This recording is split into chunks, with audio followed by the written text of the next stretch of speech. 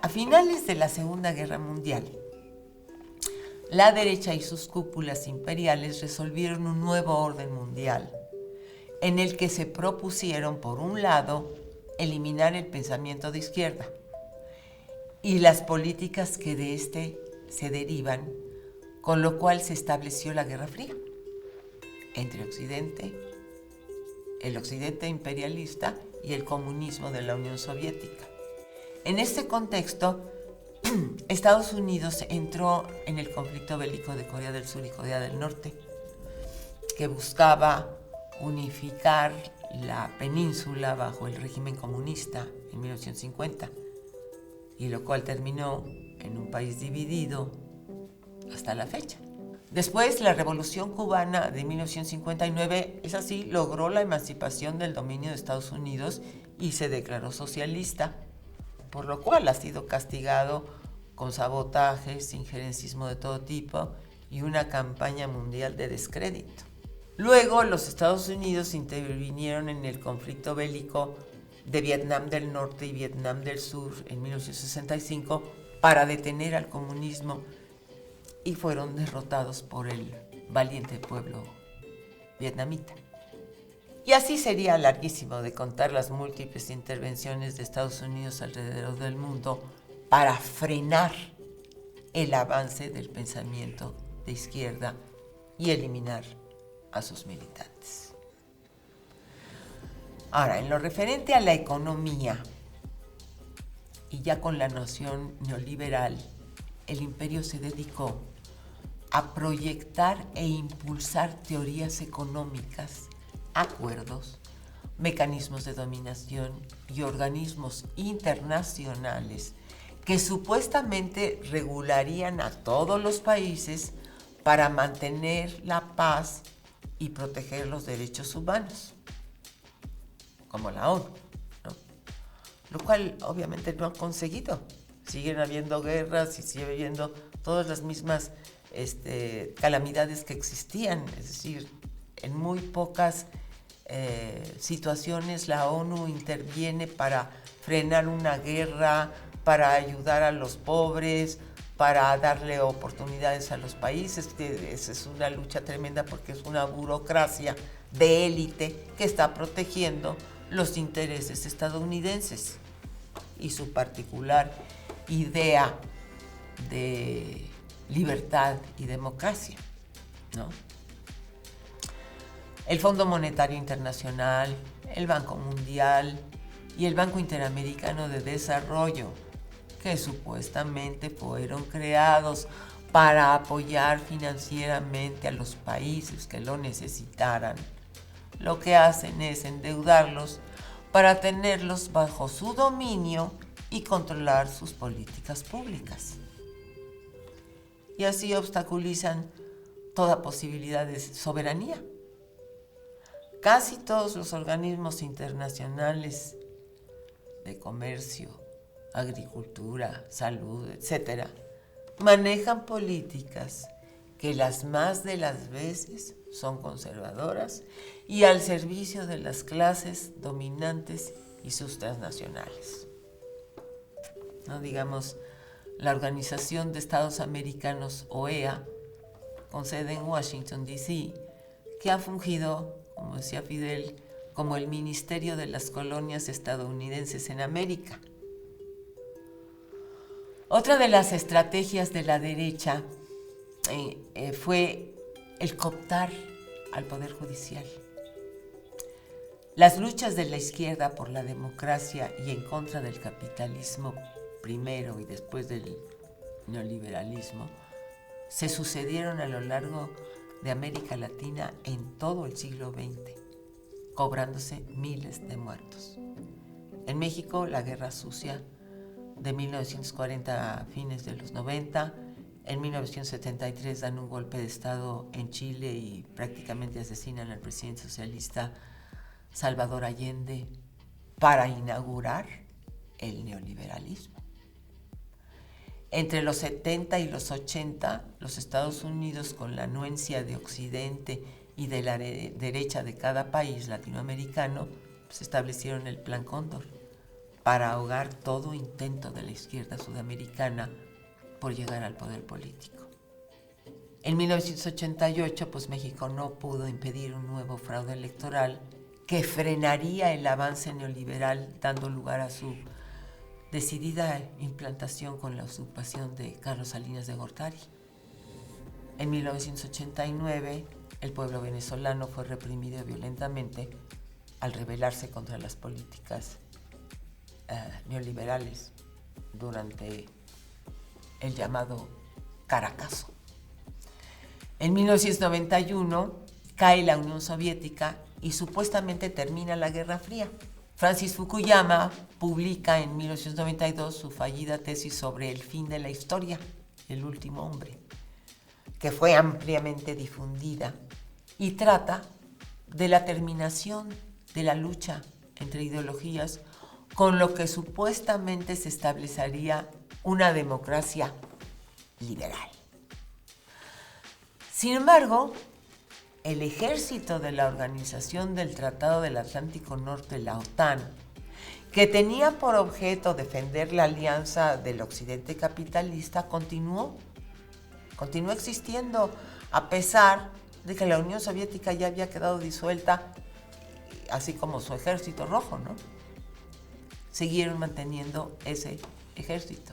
Entonces, cabe mencionar que varios de los ejércitos latinoamericanos fueron entrenados e ideologizados en la Escuela de las Américas en Estados Unidos. En la primera década del milenio comienza una época dorada para la izquierda socialista, o para la izquierda. Tenemos Venezuela, Argentina, Brasil, Uruguay, Paraguay, Ecuador, Bolivia, Honduras, Nicaragua y El Salvador. Fueron logrando avances democráticos de carácter socialista y enfrentando ataques económicos y campañas de desprestigio. Ahora, si bien la hegemonía imperial, que a través de las armas, los sabotajes, la desestabilización y los golpes de Estado es el gran obstáculo para conformar una política de izquierda, otro igualmente poderoso es la derecha oligárquica de cada país que ha cooptado al Poder Judicial y ha creado ONGs y órganos autónomos que actúan como gobierno paralelo para restarle poder al Estado en la regulación de políticas públicas. Difícilmente puede alcanzarse justicia si los poderes encargados de esta están corrompidos. Asimismo, pues no se puede implementar políticas públicas de izquierda si existen órganos autónomos de derecha que se las impiden, pretextando defender los derechos humanos, el medio ambiente o lo que sea, y que apoyándose en su autonomía violan la Constitución impunemente, porque además están asesorados por grandes bufetes de abogados. En México, la derecha se dio a la tarea de llevar a cabo reformas llamadas estructurales para condicionar un sistema que no encontrara oposición a sus objetivos privatizadores y en beneficio de extranjeros.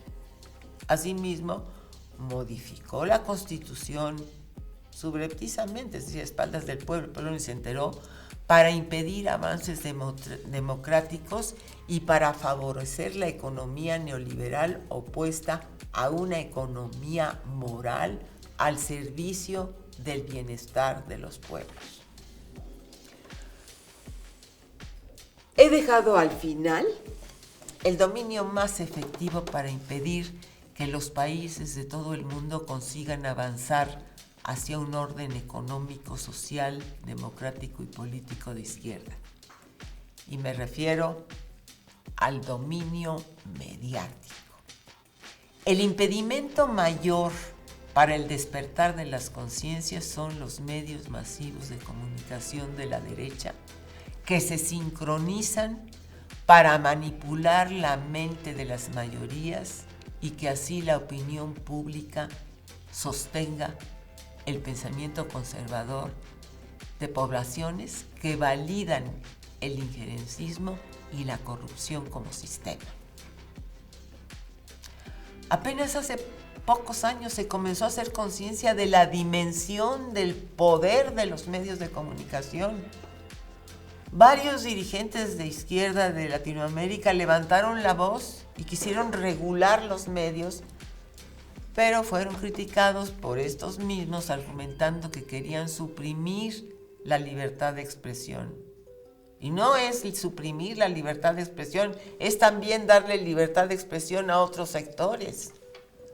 Bueno, y si estos dirigentes no se les hizo caso y se les criticó, pues los que individualmente alertábamos al respecto algo tan evidente, pues menos. Incluso cuestiones tan conocidas y tan dramáticas como la persecución, la desaparición y el asesinato de periodistas que abogaron por la verdad y dieron su vida en aras de que la gente se enterara de lo que sucedía, pues no bastó para que la mayoría de la gente se diese cuenta de que la información que nos daban periodistas y comunicadores arropados y pagados por las élites era falsa. Por el contrario, fungían como paladines de la información mientras gozaban de prestigio, riqueza y privilegios. Lo que ellos decían se consideraba sagrado, era la verdad. Y aún a la fecha hay gente que así lo piensa, pero claro, ya con mucho menos fuerza. Entonces, reitero, el poder más eficiente de los conservadores para someter a los pueblos, más que ser dueños de los medios de producción, es, en mi opinión, es ser propietarios de los medios de información y difusión. Eso les ha dado el poder de obtener contratos y ser dueños de negocios que nada tienen que ver con su quehacer periodístico. O sea, los medios de comunicación también se han convertido en medios de producción. Y es a través de los medios masivos de comunicación que se logra configurar una mentalidad que les permite llevar a cabo las más grandes injusticias sin que exista una respuesta contundente que erradique de una vez por todas ese pensamiento clasista y racista que causa sufrimiento y muerte y que castiga a los delincuentes que engañan a los pueblos. Debemos rechazarles socialmente. Se ha dicho que libertad para todos, de acuerdo, libertad de expresión para todos. Sí, pero si los medios están cooptados solamente por una facción, entonces no es libertad para todos, porque los que tienen un pensamiento distinto no tienen medios de comunicarse, tienen un 20%, la izquierda, y la derecha tiene un 80%, entonces ahí no hay igualdad. Está bien que todos tengan libertad de expresión, pero también tengan libertad de tener medios y de tener difusión para poder expresarse y poder compartir su pensamiento. Entonces, son los medios de comunicación masiva el ejército de vanguardia de la derecha.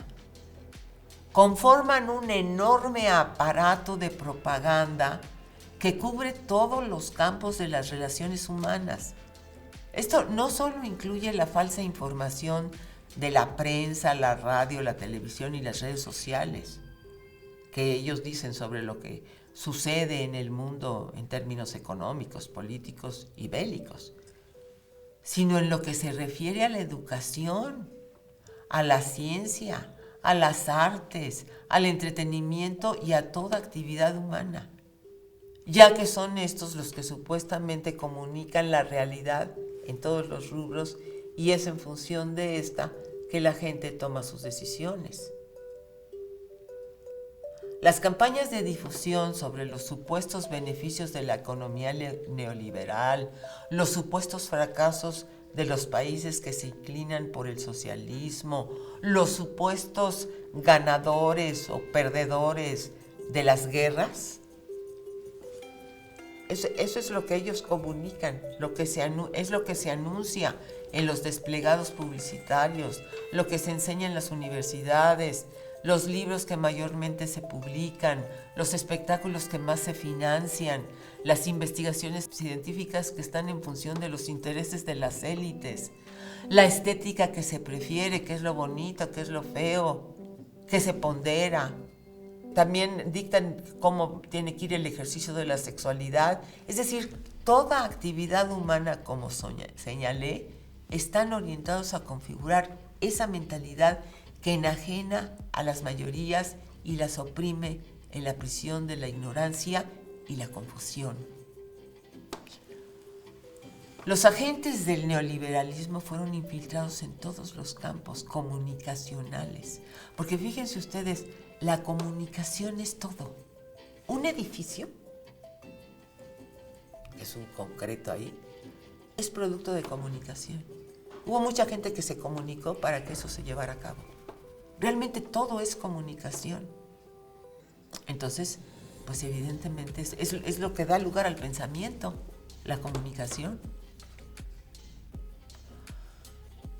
Bueno, entonces vimos que las transnacionales no solo provocaron más pobreza, sino que algunas incluso enfermaron a la población con la publicidad de comidas y bebidas perjudiciales a la salud con tal de incrementar sus ganancias.